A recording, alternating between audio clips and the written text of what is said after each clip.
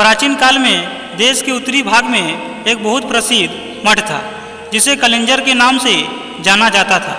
कलिंजर मठ उस समय का एक प्रसिद्ध मठ था और उस समय राम को बहुत न्यायप्रिय और कल्याणकारी राजा माना जाता था। वह हर दिन दरबार में बैठकर लोगों की समस्याएं हल करने की कोशिश करते थे। एक दिन शाम को जब दिन ढल रहा था और उन्हें अपने दरबार की कार्यवाही समेटनी थी और वह लोगों की समस्याएं सुनकर उनका निवारण कर रहे थे। जब वह सभी लोग की समस्या सुन चुके थे, अर्थात जब सारे लोगों की समस्या खत्म हो गई, तो उन्होंने अपने भाई लक्ष्मण से कहा, जो कि उनके परम भक्त थे। उन्होंने लक्ष्मण से कहा कि वह बाहर जाकर देखे कि कोई और तो न्याय के लिए इंतजार नहीं कर रहा है। तभी लक्ष्मण ने बाहर जाकर चारों ओर देखा और वापस आकर बोले, हे भैया, बाहर तो कोई नहीं है। आज का हमारा काम अब खत्म हो गया है। लक्ष्मण की बात सुनते ही राम बोले, जाकर ठीक से देखो, कोई तो हो सकता है।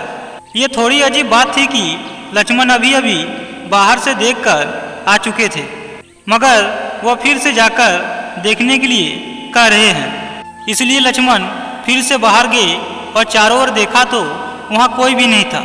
तभी वह अंदर आने ही वाले थे कि अचानक उनकी नज़र एक कुत्ते पर पड़ी, जो बहुत उदास चेहरा लिए हुए दरबार में बैठा हुआ था और उनके सिर पर एक चोट लगी हुई थी। तब उन्होंने कुत्ते को देखा और उनसे पूछा, हे दुखी राजा, क्या तुम किसी चीज़ का इंतजार कर रहे हो? लक्ष्मण की बात सुनते ही कुत्ता बोलने लगा कि हाँ, मैं राम से न्याय चाहता हूँ। कुत्ते की बात सुनकर लक्ष्मण बोले, तुम मेरे साथ अंदर आओ, और वह उसे दरबार में ले गए। कुत्ते ने दरबार में आकर राम को प्रणाम किया और वह बोला, हे राम, मैं आपसे न्याय चाहता हूँ। मेरे साथ बेवजह हिंसा की गई है। मैं चुपचाप बैठा हुआ था, तभी स्वार्थसिद्ध नाम का एक व्यक्ति आया और उन्होंने बिना किसी वजह से मेरे सिर पर पत्थर से वार किया।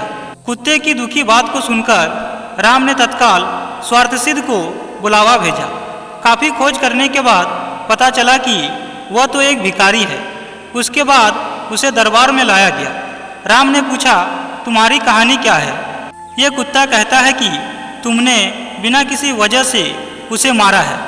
तभी स्वार्थसिद्ध भिखारी बोला, प्रभु, मैं इस कुत्ते का अपराधी हूँ। मैं भूख से व्याकुल हो रहा था, जिसके कारण मैं गुस्से में था और यह कुत्ता मेरे रास्ते में बैठा हुआ था। इसलिए मैंने बेवजह निराशा और गुस्से में इस कुत्ते के सिर पर मार दिया। आप मुझे जो भी सज़ा देना चाहे दे सकते हैं। फिर राम ने यह बात अपने मंत्रियों और दरबारियों के सामने रखी और बोले, भिखारी के लिए क्या सज़ा देना चाहते हैं? तभी उन सब ने इस बारे में काफ़ी सोच विचार कर कहा, यह बहुत ही गहरी समस्या है और इस मामले में एक इंसान और एक कुत्ता शामिल है। इसलिए हम समस्या तौर पर जिन कानूनों को जानते हैं वे इस पर लागू नहीं होंगे। इसलिए राजा होने के नाते ये आपका अधिकार है कि आप अपना फैसला सुनाएं। अपने मंत्रियों की बात सुनकर राम ने कुत्ते से पूछा, तुम क्या कहते हो?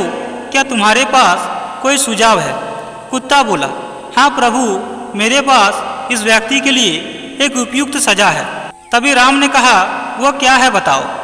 तो कुत्ता बोला, इसे कलिंजर मठ का मुख्य महंत बना दीजिए। कुत्ते की बात सुनकर राम ने वैसा ही किया और भिखारी को प्रसिद्ध कलिंजर मठ का मुख्य महंत बना दिया। राम ने उसे एक हाथी दिया। भिखारी इस सजा से बहुत प्रसन्न होते हुए हाथी पर चढ़कर खुशी खुशी मठ चला गया। उसके बाद दरबारियों ने कहा, यह कैसा फैसला है? क्या यह कोई सजा है? वह आदमी तो बहुत खुश है। फिर राम ने कुत्ते से पूछा, तुम ही इसका मतलब बताओ। तभी कुत्ते ने कहा, पूर्व जन्म में मैं कलिंजर मठ का मुख्य महंत था और मैं वहाँ इसलिए गया था क्योंकि मैं अपने आध्यात्मिक कल्याण और उस मठ के लिए सच्चे दिल से समर्पित था, जिसकी बहुत से दूसरे लोगों के आध्यात्मिक कल्याण में महत्वपूर्ण भूमिका थी। मैं वहाँ खुद के और हर किसी के आध्यात्मिक कल्याण के संकल्प के साथ वहाँ गया और मैंने इसकी कोशिश भी की, मगर जैसे तैसे दिन बीते धीरे धीरे दूसरे विचारों ने मुझे प्रभावित करना शुरू कर दिया। मुख्य महंत के पद के साथ आने वाले नाम और ख्याति ने कहीं न कहीं मुझ पर असर डालना शुरू कर दिया। कई बार मैं नहीं, मेरा अहंकार काम करता था। कई बार मैं लोगों की सामान्य स्वीकृति का आनंद उठाने लगता था। लोगों ने मुझे एक धर्मगुरु की तरह देखना शुरू कर दिया। अपने अंदर मैं जानता था कि मैं धर्मगुरु नहीं हूँ, मगर मैंने किसी धर्मगुरु की तरह बर्ताव करना शुरू कर दिया और उन सुविधाओं की मांग करना शुरू कर दिया जो आमतौर किसी धर्मगुरु को मिलनी चाहिए। ऐसी चीज़ें होती रही और धीरे धीरे अपने आध्यात्मिक कल्याण के लिए मेरी प्रतिबद्धता घटने लगी और मेरे आसपास के लोग भी कम होने लगे। कई बार मैंने खुद को वापस लाने की कोशिश की, मगर अपने आसपास जबरदस्त स्वीकृति को देखते हुए मैं कहीं खुद को खो बैठा। इस भिखारी स्वार्थसिद्ध में गुस्सा है, अहंकार है, वह कुटित भी है। इसलिए मैं जानता हूँ कि वह भी खुद को वैसा ही दंड देगा जैसे मैंने दिया था। इसका अंत मुझसे भी अधिक खराब होगा। यह रहस्य बताकर कुत्ता वहाँ से चला गया।